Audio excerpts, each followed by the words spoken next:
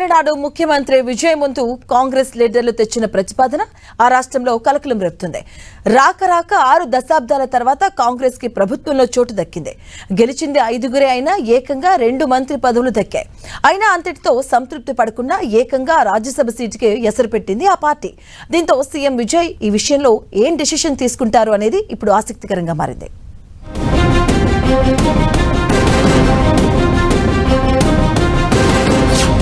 ఆశకి అంతు ఉండదా? 60 ఏళ్ల తర్వాత మంత్రి పదవులిస్తే ఇంకా అడగడమేనా? తమిళనాడు నుంచి రాజ్యసభ సీటు అడుగుతోన్న కాంగ్రెస్ సీఎం విజయ్ ఉదారంగా ఇచ్చేస్తాడా?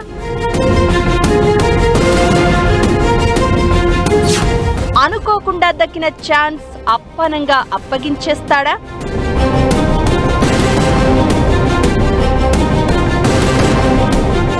తమిళనాట ఇవే ప్రశ్నలు ఇప్పుడు వినిపిస్తున్నాయి. జూన్ 1న రాష్ట్రంలోని రాజ్యసభ సీటుకు నామినేషన్ల ప్రక్రియ ప్రారంభమవుతుంది. సివి షణ్ముగం అంతకు ముందు అన్నాడీఎంకే తరపున రాజ్యసభ మెంబర్గా ఉండగా ఎమ్మెల్యేగా పోటీ చేసేందుకు సభ్యత్వానికి రాజీనామా చేశారు. దీంతో ఈ ఉప ఎన్నిక వచ్చింది. ఇది అనుకోకుండా టీవీకేకి వచ్చిన లక్కీ ఛాన్స్. అయితే 5గురు ఎమ్మెల్యేలున్న కాంగ్రెస్ ఈ రాజ్యసభ సీటును తమకి వదలాలి అని టీవీకేతో లాబియింగ్ చేస్తోందట. Congress data cell chairman Chakravarthy, Tamil Nadu PCC chief K Selvaperunthagai ఈ సీట్ కోసం టీవీకేని అడుగుతున్నట్లు తెలుస్తోంది.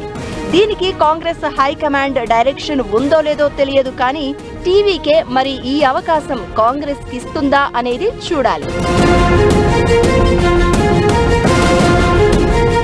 అయితే మే 3వ వారంలో ఢిల్లీ వచ్చిన సీఎం విజయ్ ప్రధానమంత్రి మోదీని కలిశారు తప్ప కాంగ్రెస్ అగ్రనాయకత్వాన్ని కలవలేదు.